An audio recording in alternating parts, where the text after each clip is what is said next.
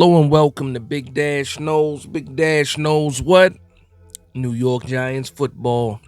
Let's go. So I woke up this morning thinking that I was going to feel better about the loss to the Philadelphia Eagles. Not even just about feeling better. I thought that, you know what? We lost another game. I'm used to this coaching staff losing these games. What can I expect different from this? And then I started to think about it. Why am I accepting so easily that this team is just bad? The coaching is bad. The scheming is bad. The players' play is bad. Why am I just accepting this and trying to move on from it? That's what they want us to do as Giants fans. They just want us to keep just bearing all of the bad stuff.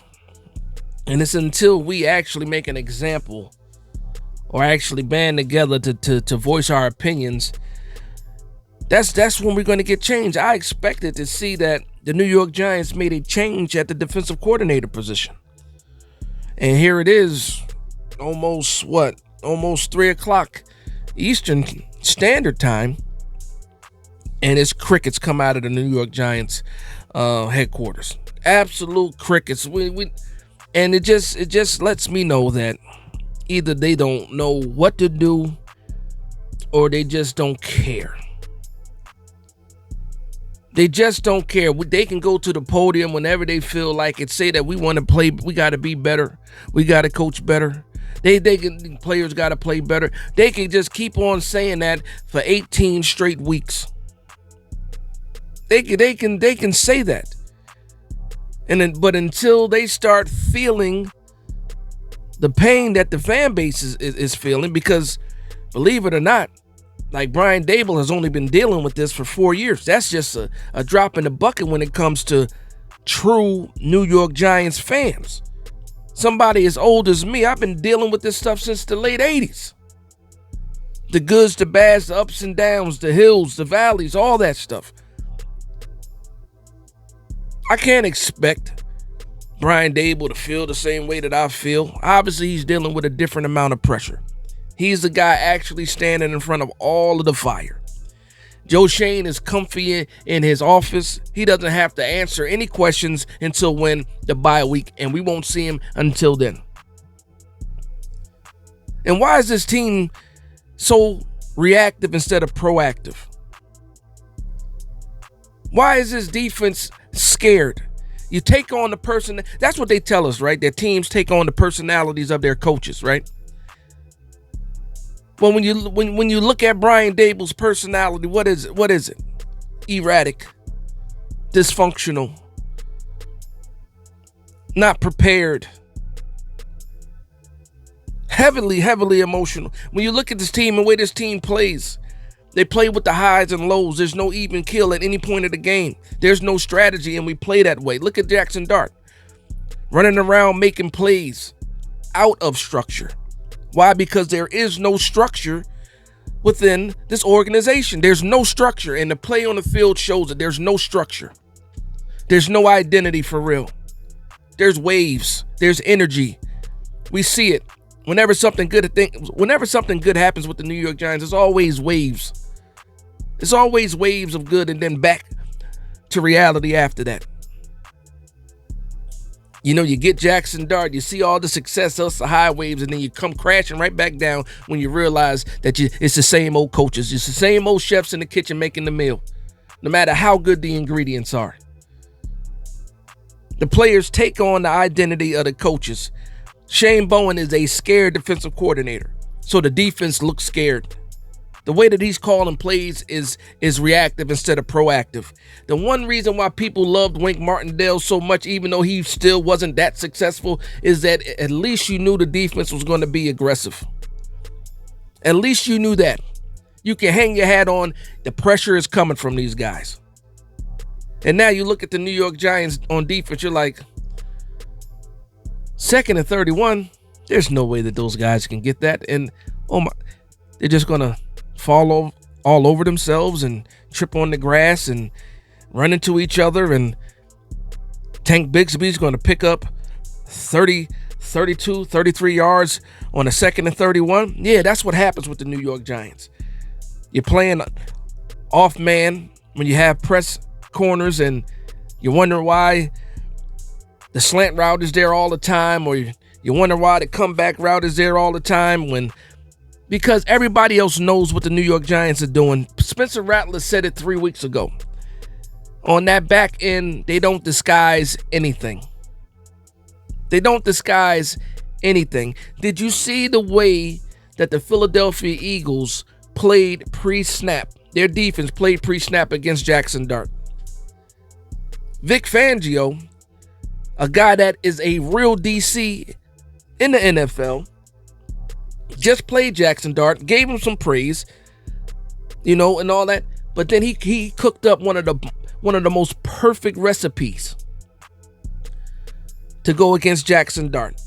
These guys weren't getting set until it was like 5 seconds left. And then they were in and out of their positions. They were walking up to the line, walking away from the line, retreating, stepping up, stepping back, all to try to confuse Jackson Dart. And with that being said, he still did a fantastic job. But you see other teams trying. When you see the New York Giants line up on defense, no, you don't see all of that. You don't see disguising of coverages. You don't see any of that. They give everything away right away. So even some of the greenest of quarterbacks can look at the New York Giants defense and know exactly what's going to happen pre and post snap. You got a DC that sees this week after week after week and does not make any adjustments to it. Even after a guy like Spencer Rattler, who just he just got benched. You don't make any changes. You don't make any adjustments. You look at the defensive alignments and you're like, what's going on here? How are you playing these guys? You pick up Abdul Carter and you struggle to get him on the field. Dexter Lawrence looks like a shell of himself, and I'm going to get back to that. Actually, I'm going to talk about that right now. Usually whenever there's a bad game, there's always somebody that I can go to or watch a video that talks me off the ledge. And that's Carl Banks. So I tuned into Carl Banks' Bob Papa this morning, expecting Carl Banks to talk me off of the ledge, and the exact opposite happened today. Carl Banks' energy was different this morning. If you haven't got a chance to see that video, I suggest you go watch that video. Yes, the coaching is trash. Yes, the schemes is trash. The route concepts trash on offense. But at the end of the day, the players got to play and win the one-on-ones. He called out Dexter Lawrence. And normally people are like, why are you calling out Dex? He called out Dexter Lawrence, and there's one point that you can't even argue with. He says, I watched the same guys that Dexter Lawrence struggled against on that offensive line of Philadelphia. When he gets off the field to get a breather, and guys like Roy Robertson Harris come in, guys like Darius Alexander come in, guys like even DJ Davidson come in, and they get pressure, but Dexter Lawrence can't get pressure, there's something wrong with Dexter Lawrence. I thought maybe he was just out of shape because he was coming off of an injury. He got to get his sea legs. No, we're in week 8. We're in week 8. If Dexter Lawrence isn't ready to go, if there's something going on with Dexter Lawrence, he needs to let the people know. If he can't get it done, he needs to let somebody know that he's still hurt. He's not quite right still. I understand you want to fight through things, but when Carl Banks made that example, it was clear as day. You're seeing the same guys. You're seeing the same guys that Dexter Lawrence is going against be successful against Dexter Lawrence. And when guys like Roy Robertson Harris, Darius Alexander, and even DJ Davidson getting there, they're able to give them more than what Dexter Lawrence is giving them. And it just kills me to even think about things like that. Since Shane Bowen got here, it seems like players fell off the map. Bobby O fell off the map. Dexter Lawrence this year falling off the map. The guy that stepped up, Brian Burns, has stepped up, but can I give that credit to Shane Bowen? I don't know if I can or not. Kayvon Thibodeau stepped up, but I saw the effort that he put in this summer. So I'm going to say that Brian Burns is doing it on the strength of Brian Burns, same way as Kayvon Thibodeau's doing it on the strength of Kayvon Thibodeau. But then when you look at the secondary, you're like, wait, what's going on? I woke up this morning expecting to see the news that Shane Bowen was gone. Key card revoked, can't even get in the building. And somebody on that defensive staff stepping up. Your own players said they want to play more aggressively, and you don't play more aggressively. You did it for 1 week. You did it for 1 week, and it worked until the fourth quarter. Yesterday, Brian Burns had 2 more sacks. 2 more. He's having one of those years, but it's not. Shane Bowen's not helping him with that at all. That's on the strength of Brian Burns and effort, second, third effort, getting out there. Then when you look at the offense, you got all these healthy scratches of draft picks. Healthy scratch draft picks like Evan Neal, like Jalen Hyatt. And you guys know my page. I've been fighting and standing up for Jalen Hyatt this whole time. He can't even get a jersey. He's inactive. Why are these guys still on the team? Especially when you're down wide receivers. That's why you kept Bo Collins on the squad. But Jalen Hyatt can't even beat out Bo Collins. It's just crazy to me where we're at. And do you blame the GM for our depth? Possibly. I would say yes. Do you blame the positional coaches for not getting the best out of these players? Maybe, but then I go back to Darius Slayton, somebody that I stood up for all summer, saying that if he just got the targets, he could be a 1,000-yard wide receiver. And every time he had the chance to step up, what happened? He didn't step up. And even yesterday, the time that he did step up and make a play that should have been a touchdown, then the refs call it back. So you're damned if you do, damned if you don't. All I know is this. Nobody really has all of the answers. I don't have the answers. Sports media, beat writers, they don't. But the people that should have the answers, like the GM and the coaching staff that should have they don't have the answers either. So when people ask me, hey, Dash, you talking about firing the coaches? Well, who are you going to hire instead? Who are you going to hire? Does it matter who gets hired instead right now? What we're looking at right now is coaches that can't get the job done. I'm not trying to look for other people that might not be able to get the job done. I'm looking at these guys right now that have the title of head coach, offensive coordinator, defensive coordinator, GM. I'm looking at those guys saying those guys don't have the answers. And they have not had the answers. And even when they thought they had the answers, they realized the answers were wrong. And well, the answer is really wrong because we see some people leave the team and get better. So what's really the issue here? We talk about common denominators all the time. We thought that Daniel Jones was a common denominator. And he might have needed a fresh start. He might have needed to go to Minnesota to get better coaching and then get to the Colts and have better coaching, better offensive line, better weapons outside as far as wide receivers go as a whole, the room. And now look at them, the Colts 7-1. Daniel Jones in the MVP conversation. And you look at the New York Giants and you look at Jackson Dart. Jackson Dart's out here making plays and you're saying, well, Daniel Jones could make plays here, but Jackson Dart Brian Daboll has to have something to do with it. No, he doesn't. When you look at Jackson Dart's plays, the majority of his plays, the great looking plays are what? After the play has broken down and he got to be creative. I don't need Brian Daboll for that. I don't need Brian Daboll's coaching for that from Jackson. Jackson Dart is who Jackson Dart is. So I'm not defending anybody anymore. The benefit of the doubt is gone. I hate that it's not even Halloween and I'm feeling this way already.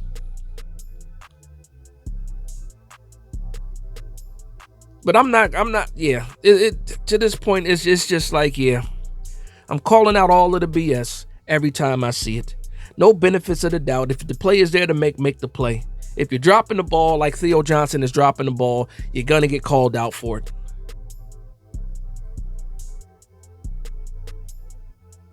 Because if Carl Banks can call out one of the better players on the team, if not the best player on the team, or used to be the best player on the team, and Dexter Lawrence and his performance, I can call out Abdul Carter on that 2nd and 31. That lack of effort on that 2nd and 31.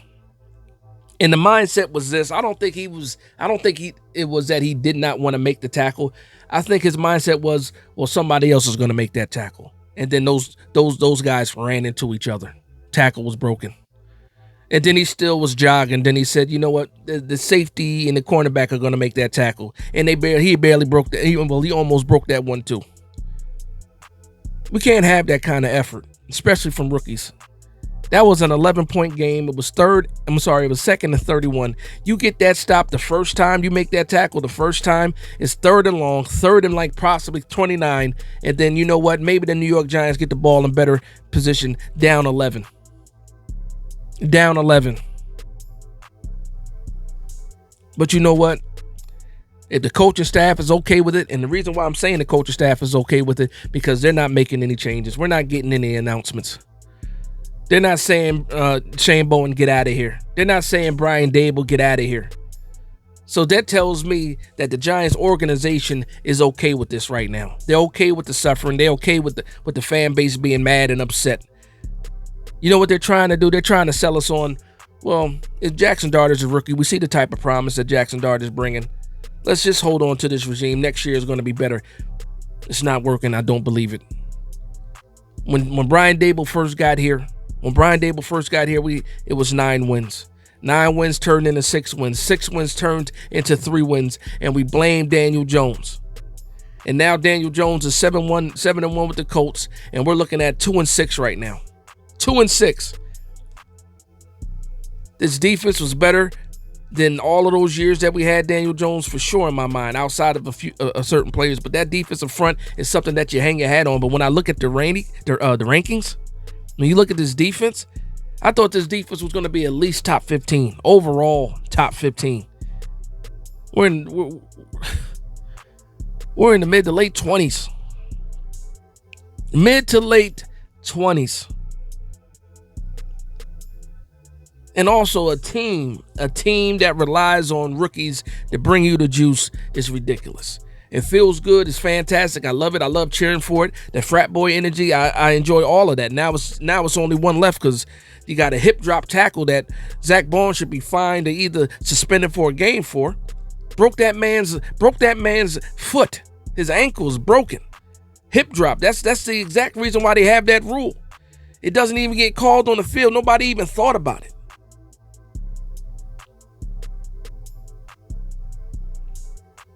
At least we think the tush push is dead.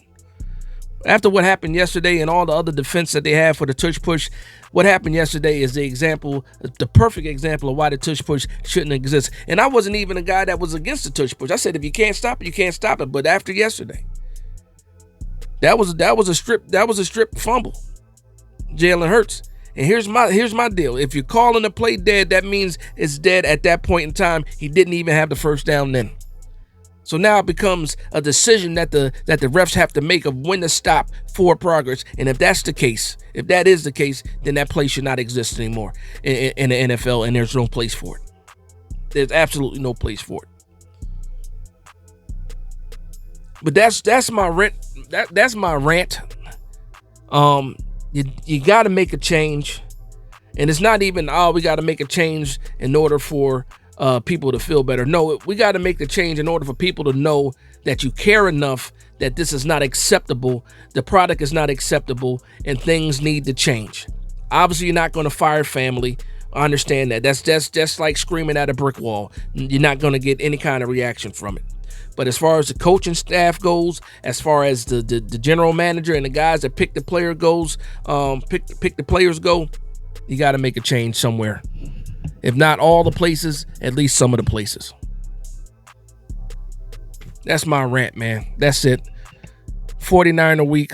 We'll see what happens.